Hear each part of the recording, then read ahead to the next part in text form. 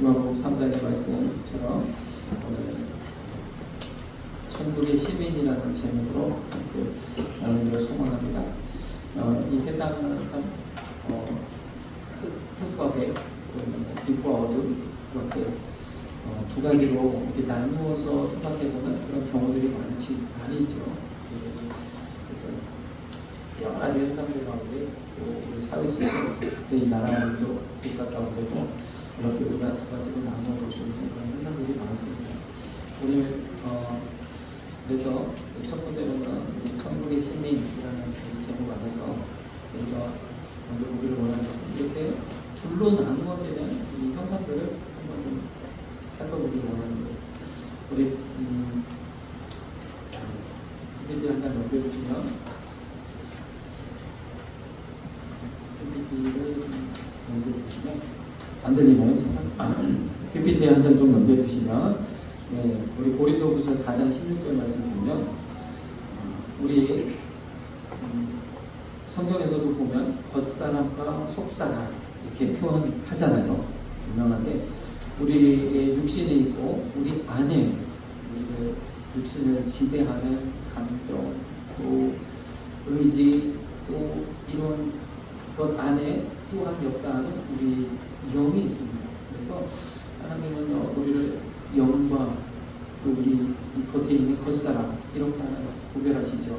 마찬가지로 우리 사회 속에서도 보면 우리 속에 있는 그런 속사람 그리고 우리 겉에 있는 겉사람. 그래서 어떻게 보면 속사람이 더 중요하다. 속사람을 치료하고 속사람을 또 강건하게 하면 우리 겉으로 나타나는 여러 가지 그런 옳지 않고 좋지 않은 현상들을 고칠 수 있다. 이런 것들을 우리가 뭐 여러 심리학이나 이런 가운데서 많이 볼 수 있잖아요. 이렇게 사회는요 두 가지로 나누어서 볼 수 있는 그런 경우들이 많습니다. 창세기 1장의 천지창조 때에도 보면 하나님이 빛을 만드시고 빛과 어두움을 나누셨다고 했어요. 태초부터 하나님께서 빛과 어두움을 나누심으로 우리는 어떻게 보면 이 빛과 어둠을 늘 경험하고 살잖아요. 빛이 비치는 낮이 있는가 하면 아주 캄캄한 칠판지 어두운 밤도 또 우리가 분명히 경험하고 있기 때문에 빛과 어둠을 늘 경험하면서 이렇게 빛과 어둠으로 나누는 이런 이분법적 사고에 굉장히 익숙해 있죠.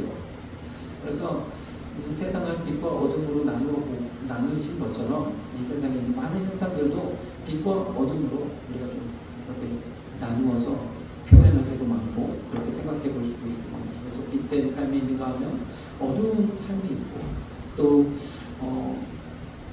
선한 삶이 있는가 하면 또 참 악한 삶이 있고 이렇게 여러 가지로 분리해 볼 수 있는 점이 있습니다. 그래서 우리가 하나님의 나라를 생각해 본다 하면 하나님의 나라는 어떠한 곳에 속한 나라이겠습니까? 빛에 속한 나라이겠습니까? 어둠에 속한 나라이겠습니까? 당연히 빛에 속한 나라겠죠. 그래서 하나님의 나라, 이 빛에 속한 나라들 우리가 한번 생각해 보자 합니다. 성경에도 보면 세상을 하나님은 빛과 어둠으로 말씀하셨어요. 요한복음 1장 4절에서 5절에도 빛이 어둠에 빛이 되 말씀하셨죠. 그래서 이 어두운 세상 가운데 빛으로 오신 우리의 생명 대신 예수 그리스도를 빛으로 표현하셨어요. 예수가 없는 곳에는 어두움이고 예수가 있는 곳은 빛이라 말씀하셨습니다. 그래서 하나님의 나라는 이와 같이 빛에 속한 나라라고 생각할 수 있죠. 또 창세기 2장에서는 이제 창조 세계를 또 거슬러 올라가서 하나님께서 아담과 하와를 창조하시고 에덴 동산에 주셨는데 그 에덴 동산 가운데는 생명나무 또 선악을 알게 하는 이 두 나무를 주셨다고 말씀하셨어요. 그래서 우리에게 생명나무를 선택할 수도 있고 선악을 알게 하는 나무를 선택할 수도 있는데 우리의 악한 사단은 우리가 생명나무를 선택하는 것을 원치 않고 선악을 알게 하는 나무를 선택하게 하기 위해서 우리에게 유혹하는 거예요. 그렇죠. 결국에는 선악을 알게 하는 나무를 선택하게 되면 이런 사건이 일어나는 거죠. 어떻게 보면 우리의 본성 안에도 우리의 이런 그래서 이로부터 우리에게 원죄가 주어졌잖아요. 우리가 늘 참 태어날 때부터 우리는 어떻게 보면 이런 원죄의 영향을 가지고 태어난다. 성경은 이렇게 얘기하고 있습니다. 그래서 우리가 참 선하게 살기를 원하고 선하게 사는 것이 옳은 것인 줄 알면서도 항상 우리는 죄의 길에 빠르고 죄와 늘 가깝고 이러한 참 연약함을 가지고 있습니다.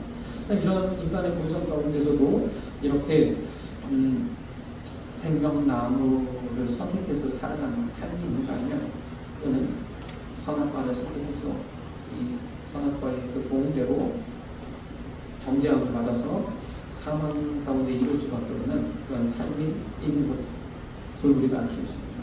마찬가지로 하나님의 나라는 어디에 속한 나라이겠습니까? 생명나무에 속한 나라이겠죠. 우리의 생명 대신 주님으로 말미암아 이 땅 가운데 주시는 이 나라. 그래서 제가 또 천국의 시민이라고 이렇게 오늘 제목을 구한 것은 특별히 또 6월달을 보고 구원의 나라와 민족을 생각해 보면서 그러면서 한편으로는 우리가 이 나라 대한민국 참 아름다운 조국 이곳에서 이렇게 풍요로운 삶을 누리는 것도 누리고 살아가는 것도 참 은혜인데 한편으로는 우리가 천국의 시민된 것도 생각해 보자 하는 그런 마음으로 이렇게 말씀을 좀 준비해 보았습니다. 그래서 우리가 살아가는 이 세상 속에서 이 천국의 백성들, 천국의 시민된 사람들은 또 다르다는 거죠. 또 구별될 수 있다. 많은 죄악된 세상 속에서도 생명나무와 같이 하나님의 생명을 선택받아 이 생명나무로 나아온 저와 여러분들은 정말로 큰 은혜와 복을 누리고 있는 줄 믿습니다.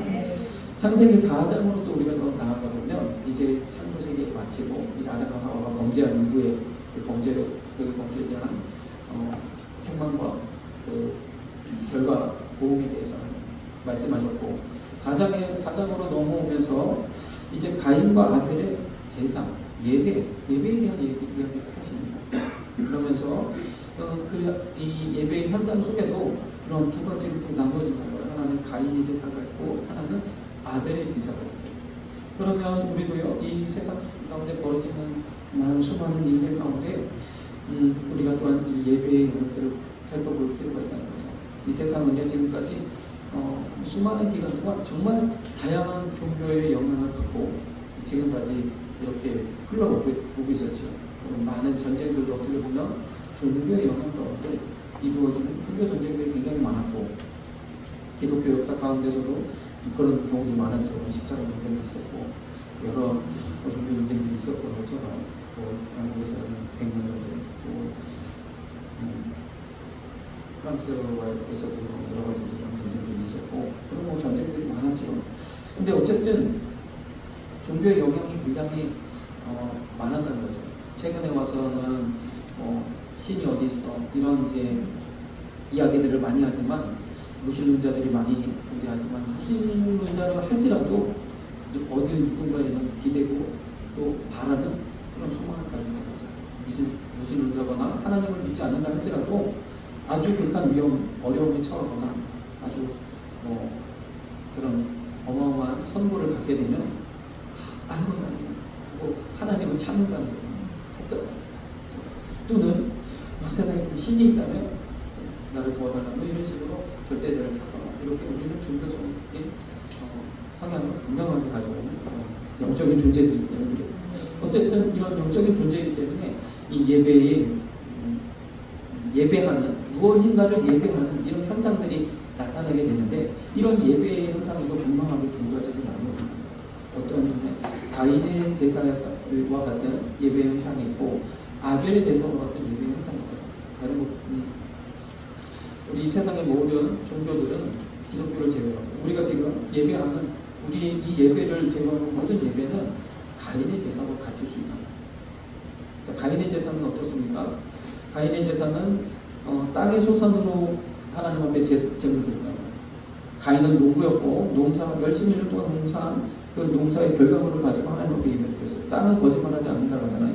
열심히 일을 하고 밭에 갈고 걸음을 주고 노력을 하고 땀을 흘리면 아주 좋은 그런 상품, 그런 열매들을 우리에게 돌려줍니다. 그 열매들을 잘 추수해가지고 아름답게 그리고 포장하고 또 포장까지는 했겠습니다만 닦고 이렇게 해서 진열을 해서 예배를 드린다고 한번 생각해 보십시오. 아, 얼마나 멋있습니까?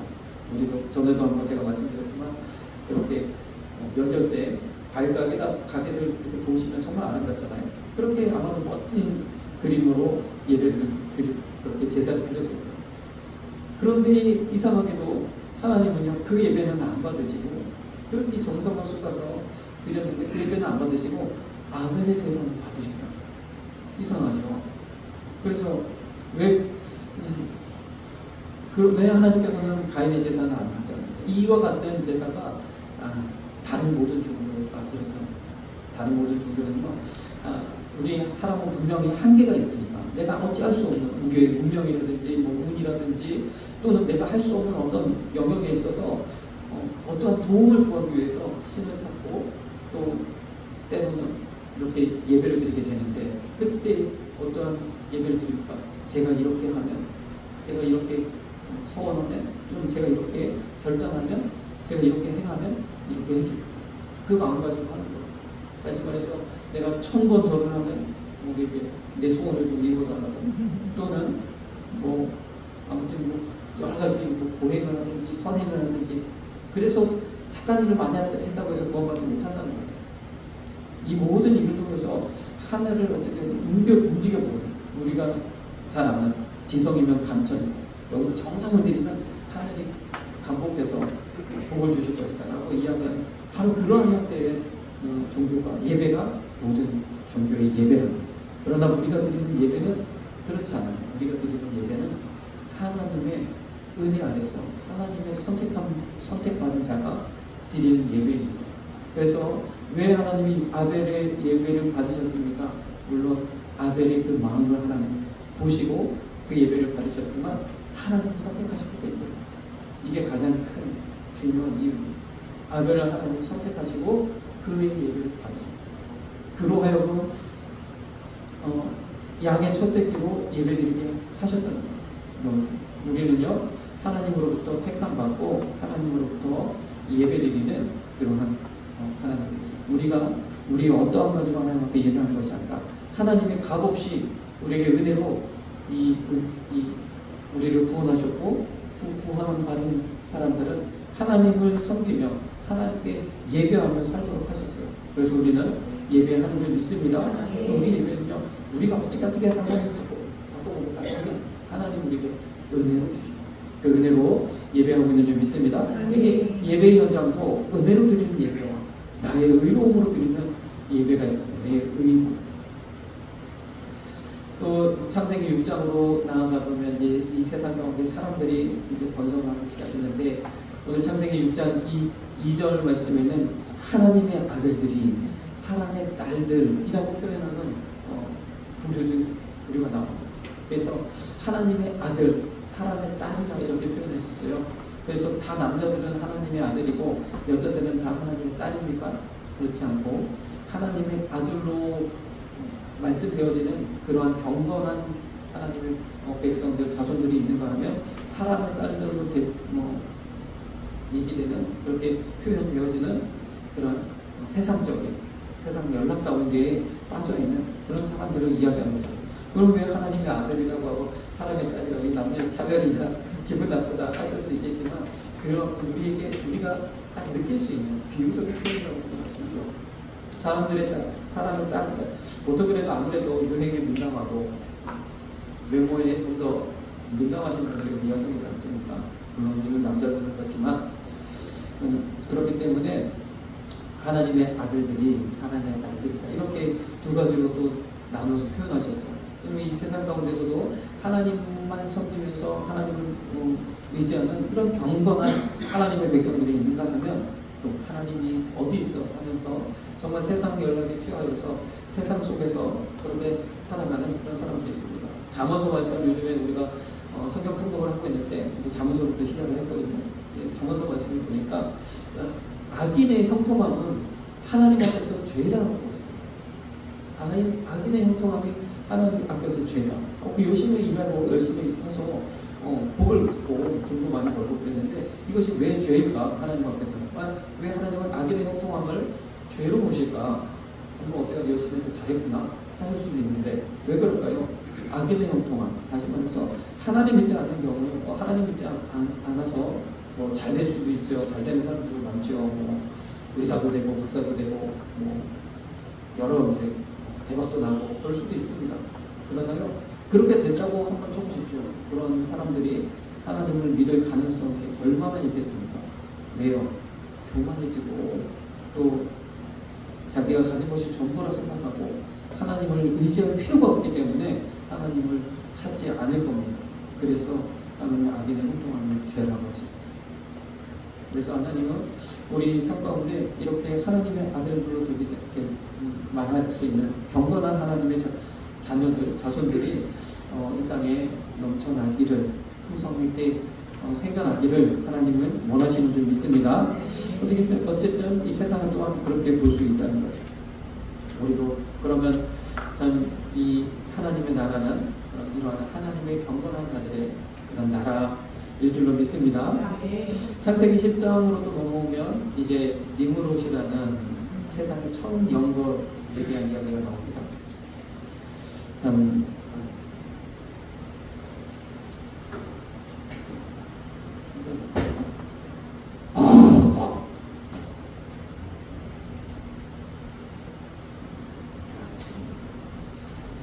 니므롯이라는 사람에 대해서 이야기하시면서 그는 세상의 처음 영벌이고 그가 여러 나라들을 세웠다 이렇게 이야기하고 있어요. 그러면서 참 이 나라, 이 세상에는 수많은 나라들이 일어서기도 하고 또 수많은 왕들이 나타나기도 하고 또 없어지기도 하고 그런 수많은 부흥과 멸망의 그런 역사들을 우리가 보게 되죠. 그래서 참 세상 가운데는 다양한 나라들, 또 다양한 민족들 이렇게 나뉘어져 있습니다. 그런데 그 가운데에서도 우리가 또 양분해 볼 수 있다는 거죠. 지금 우리가 살아가는 이 대한민국도 딱 이제 이 한반도가 둘로 나눠져 있지 않습니까? 남한과 북한으로 나눠져 있는데 차이가 뭐예요? 북한은 공산주의고 남한은 자유민주주의고. 그래서 처음 6.25가 끝난 이후에 스타통치 가운데서 이렇게 서로가 이렇게 결정을 하고 남한은 미국의 도움을 받아 북한은 소련의 도움을 받아 각각 그런 체제를 세웠어요.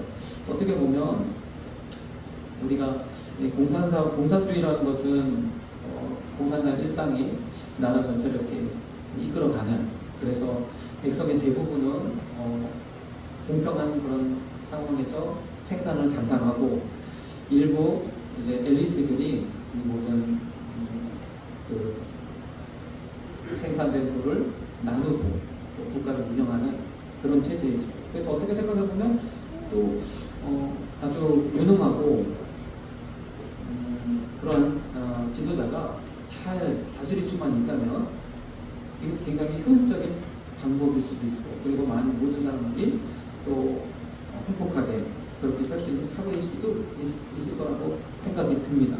하지만 그 많은 우리가 경우에서 보았던 것처럼 이미 우리가 경험했던 것처럼 공산주의는 그렇게 되지 못했지요. 수많은 독재를 낳았고 수많은 그런 피바람을 일으켰고 수많은 전쟁을 야기했죠. 그래서 참 그렇게 하다 보니까 결국에는 백성들이 어떻게 보면 다 하향 평준화되는 이런 상황이 맞이하게 됐고, 이 자유민주주의 국가 같은 경우에는 이제 자유로운 경쟁 속에서 서로 이렇게 경쟁을 하면서 부를 나눠 가지니까 어떻게 보면 부가 여러 가지로 좀 공평치 않게 부가 편중되는 그런 이제 부작용도 많이 있어요. 하지만 전체적인 경제 규모를 키워서 이제 극빈이 사라지고 또 여러 가지로 지금은 뭐 집집마다 자동차 없는 집이 없잖아요. 가난한 부자들 저희 빌라는 되게 뭐 작은 빌라인데 BMW가 세워져 있고 그렇거든요. 자동차 못 굴리는 그런 사람 없습니다. 그렇게 자유민주주의는 이런 이제 상황들을 나갔다는 거죠. 그래서 뭐 상대적인 여러 가지 문제들도 있지만 어쨌든 그렇다는 거죠. 마찬가지로 세계 역사도 이제 우리가 보통 세계사 하면 서양 역사를 뭐 로마로부터 시작해서 유럽 역사 그리고 나서 뭐 여러 가지 뭐 산업혁명 이런 이제 유럽 역사들을 통해서 우리가 세계 역사를 보잖아요. 세계 역사의 중심, 물론 다른 나라 역사들도 조금씩은 배우지만 유럽 역사는 공통 세계사에 다 들어가 있어요. 왜 그럴까요? 유럽 역사를 통해서 볼 수밖에 없는 그러한 그 문명의 발달사가 있기 때문에 그렇죠. 유럽 역사가 가장 많은 그런 부분들을 차지하고 있기 때문이죠. 그런데 이 문명의 발달, 이 유럽이 세계를 지배할 수 있었고 또 더 나아가 미국이 세계를 지배한 그런 세계를 지배한 그런 구조를 나올 수 있었던 것은 어떻게 보면 이런 기독교의 힘이 있었다는 것을 우리가 정말 인정할 수밖에 없는 거죠. 이러한 모든 상황들을 우리가 볼 때 세상에는 이러한 두 가지를 볼 수 있어요. 우리나라도 제가 잠깐 말씀드렸지만 우리 남한과 북한으로 이렇게 나눠져 있는데 지금은 우리가 이제 분명하게 GDP 차이가 40배 가까이 나는 그런 상황을 우리가 지금 살아가고 있는데 북한이 망해도 벌써 망해되거든요. 얼마나 많은 제재를 받았고 전 세계의 왕따로서 아무런 국가 그래서 전 세계로 유일하게 자급자족이 된다는 북한입니다. 자급자족을 다 못하는데 중국도 자급자족을 못하고 미국도 자급자족을 못하는데 우리나라는 태초부터 자급자족이 안 되고 근데 북한은 자급자족이 된다는 게 너무나 놀랍지 않습니까? 근데 그 험악한 세월, 뭐 고난의 부분 또 그 이후에 뭐 장마당이 생겨나면서 사람들에게 그리고 북한에서 또 화폐 개혁을 하고 그랬다고 그러더라고요. 화폐 개혁을 하는데 화폐 개혁 시간을 일주일 주고 한 사람당 10만 원까지만 신권으로 바꿀 수 있고 그것도 홍보도 제대로 안 해요. 그래서 결국에는 아무것도 제대로 국권을 가지고 신권으로 못 바꾸고 다 휴지 조각이 된 이후에 전 재산을 국가가 몰수하는 이런 아픔들도 있고 그런 문학 속에서도 북한이 유지가 된다는 게 가만 생각해보면 신기하지 않습니까? 신기해요. 이걸 다룬 그 다큐멘터리가 있더라고요. 왜 북한이 아직도 망하지 않았는가 살펴보니까 북한이 지금까지 정말 국제 범죄 조직 같이 좀 수많은 불법적인 방법으로 외화를 벌어들이고 있기 때문에 망하지 않는다는 거예요. 그 중에서 최근에는 이 가상화폐를 해킹해가지고 벌어들이는 수익이 어마어마하다는 겁니다. 몇 정도가 된다고 제가 정확하게 기억은 안 나는데 어마어마하게 벌어들입니다. 근데 이 북한이라는 나라가 그 해킹 실력이 1, 2년 쌓아놓은 게 아니고 어마어마한 실력을 가지고 있다. 그래서 이제 미국도 또 전 세계도 북한의 해킹에 대하여 대비할 수밖에 없는 그런 이제 상황이 들었고 그리고 또 한 가지는 이 보이스 피싱에 사용되는 이 불법 앱, 이 스마트폰에 깔리면 그 스마트폰의 그 앱으로 인해서 여러분의 스마트폰이 그 나쁜 범죄자들 보이스 피싱 한 조직의 손아귀에 들어간다는 거 아시죠? 내가 가지고 있는 핸드폰으로 도청도 할 수 있고 사진도 찍을 수 있고 내 안에 있는 모든 정보도 다 볼 수 있는 그런 상태를 만드는 그 앱을 누가 만드냐? 북한에서 만든다.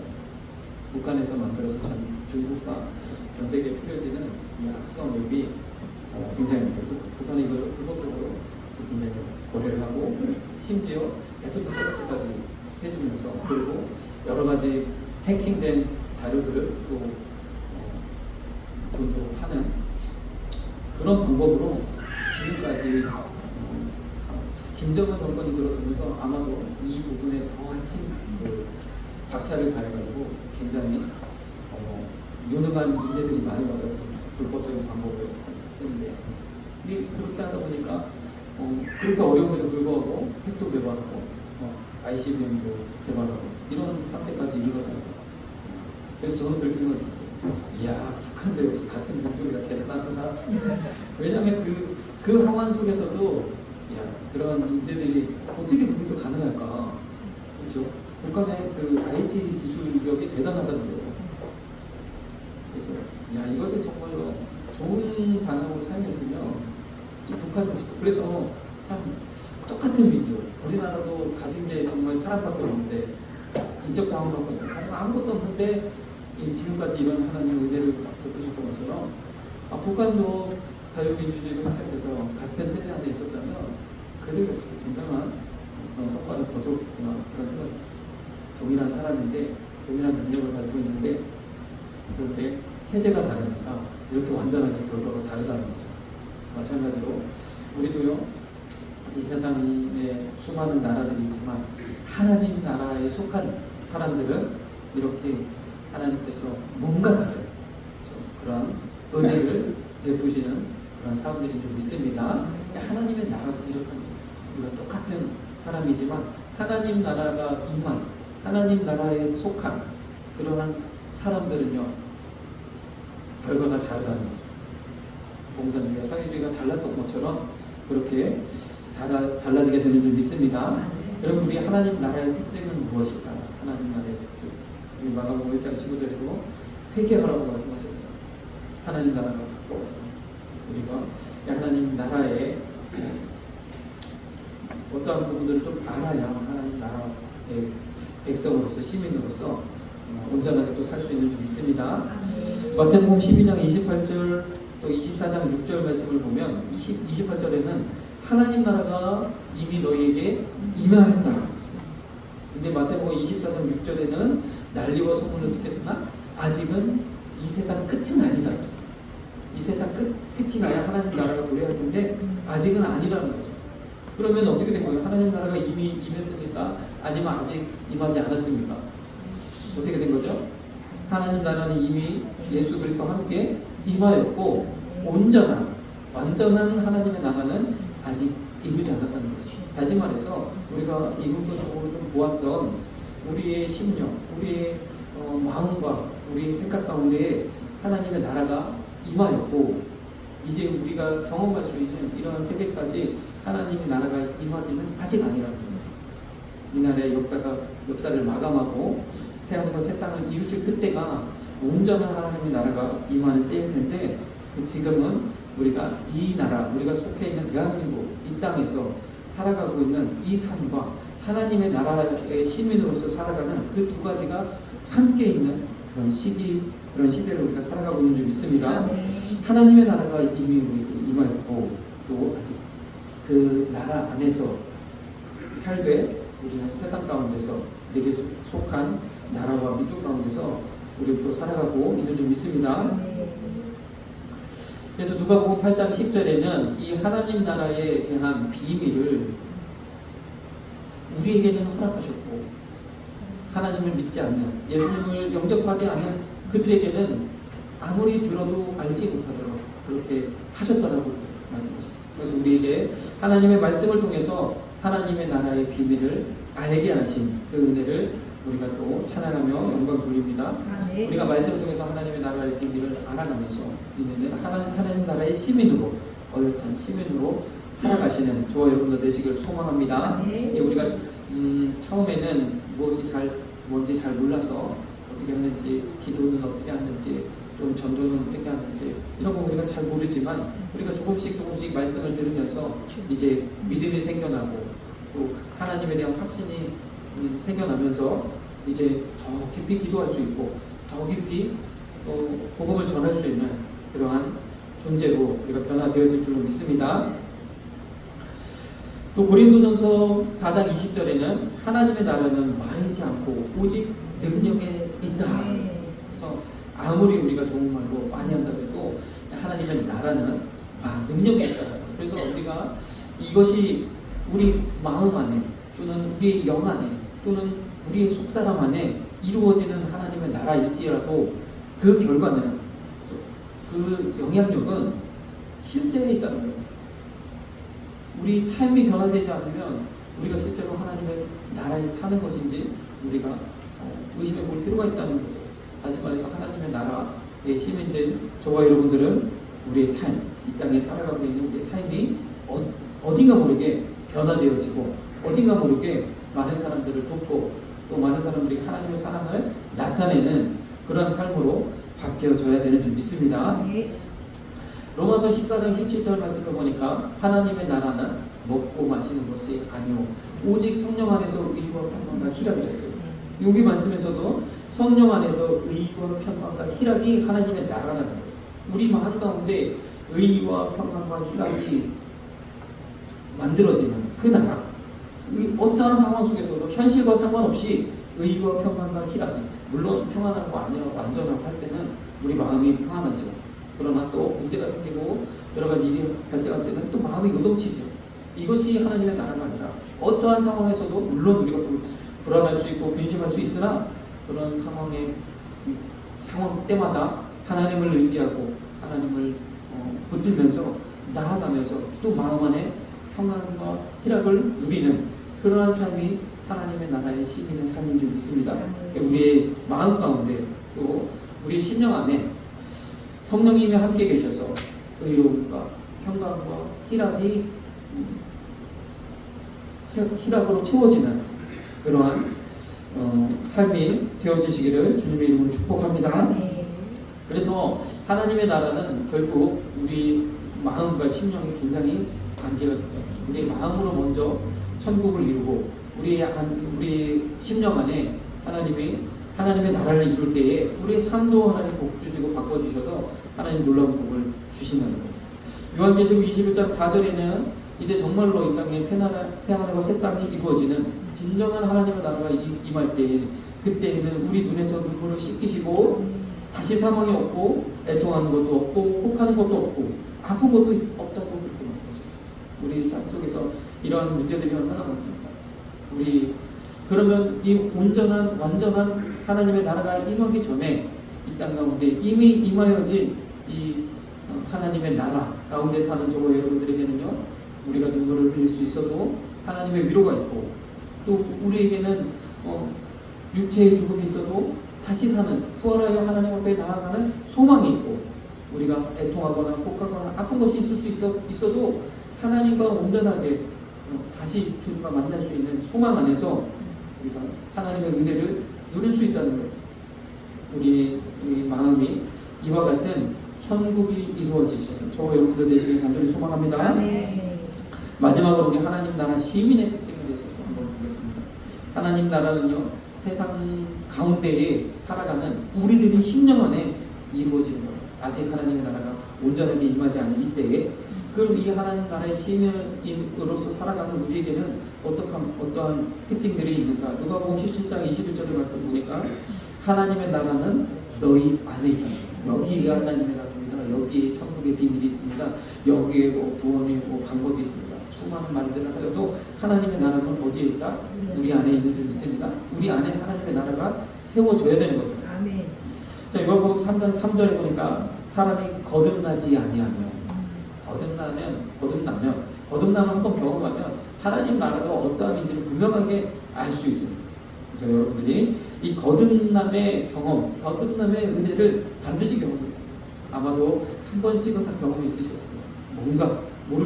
뭔가 다른 이 하나님 나라의 것을 내가 정말 말로 표현할 수 없어도 하나님 나라를 실제한다는 것을 우리는 알 수 있습니다. 이것이 바로 거듭남의 은혜이지요. 물과 성령으로 거듭나는 어머니 뱃속에 다시 들어갔다 태어나는 것이 아닌 물과 성령으로 거듭나는 이 은혜를 통해서 우리는 하나님 나라의 실제를 경험할 수 있습니다.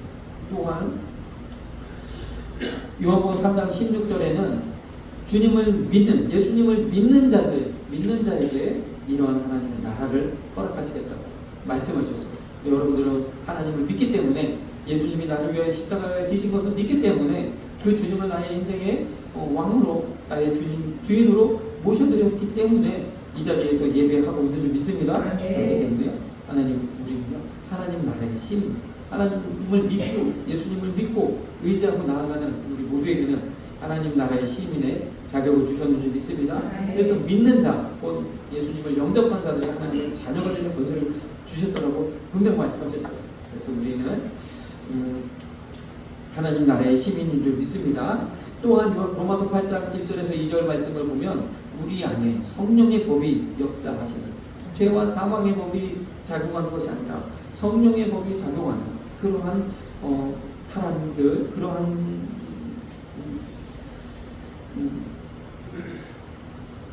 그러한 마음의 사람들이 바로 천국의 시민인 줄 믿습니다. 생명의 성령의 법이 우리를 이끌어가는 저와 여러분들 되시기를 소망합니다.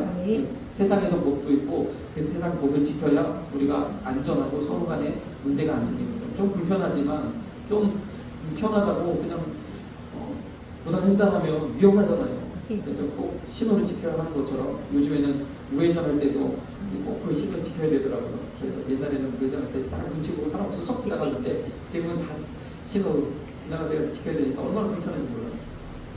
그 직진하는 차들에 막혀 기다리다가 이제 우회전할 수 있어서 시간 됐는데 또 신호등에 막혀가지고 또 못 가고 그래서 참 불편하잖아요. 그래도 우회전하다가 사고가 너무 많이 난다니까 지켜야 되죠. 그래서 많이 사고도 줄었다고 하는데 우리가 이 세상 가운데서 우리 세상 법을 지켜야 되는 것처럼 우리 안에 있는 이 성령의 법을 따르시는 저와 여러분들 되어야 될 줄 믿습니다. 네. 이것이 천국의 시민이다.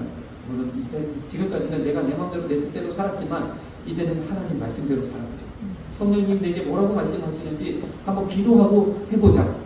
그렇게 하시는 저와 여러분들 되시길 소망합니다. 네. 이미 잘하고 계시겠지만 우리가 조금 더 성령을 의지하여 말씀대로 살아가시는 저와 여러분들 되시길 소망합니다. 요한복음 17장 16절 이 말씀은 이렇게 말씀하셨어요.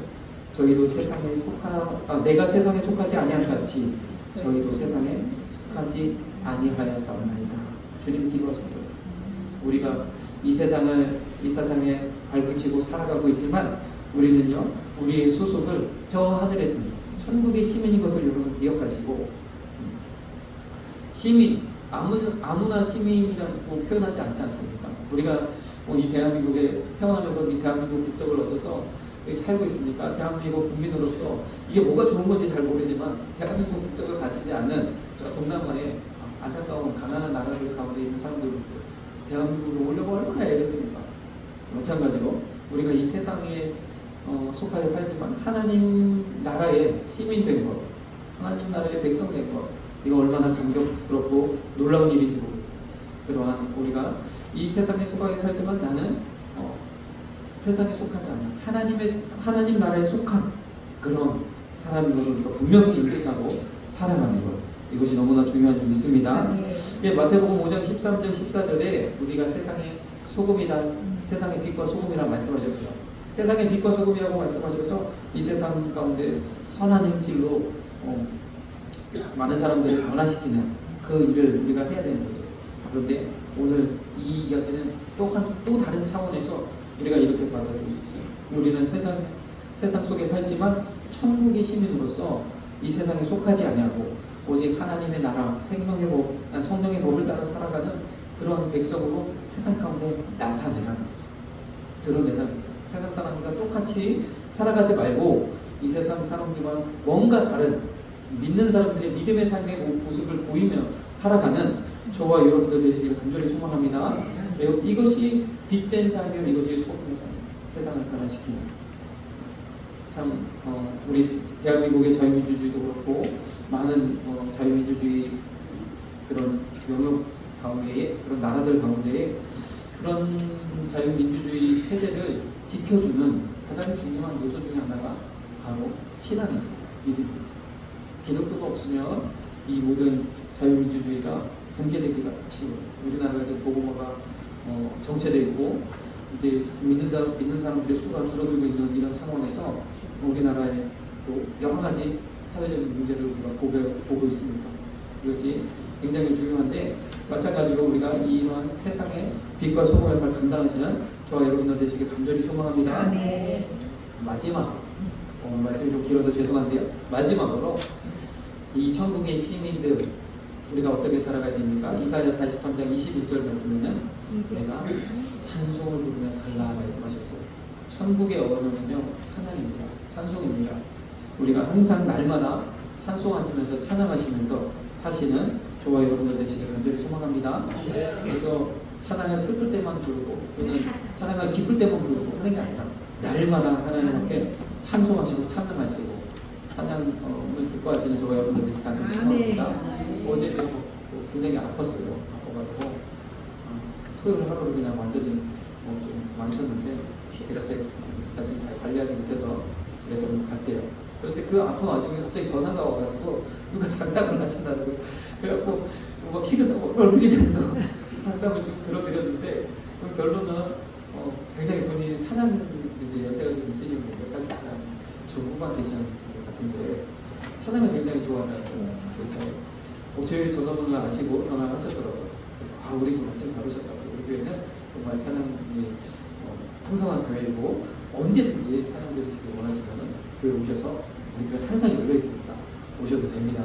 이렇게 말씀을 드리는데 굉장히 좋아하고 가셨는데 안 오셨네.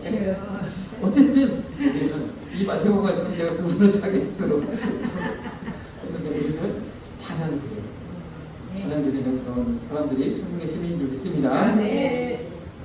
기도 우리 찬양 드리겠습니다. 당신에게 선물이네. 참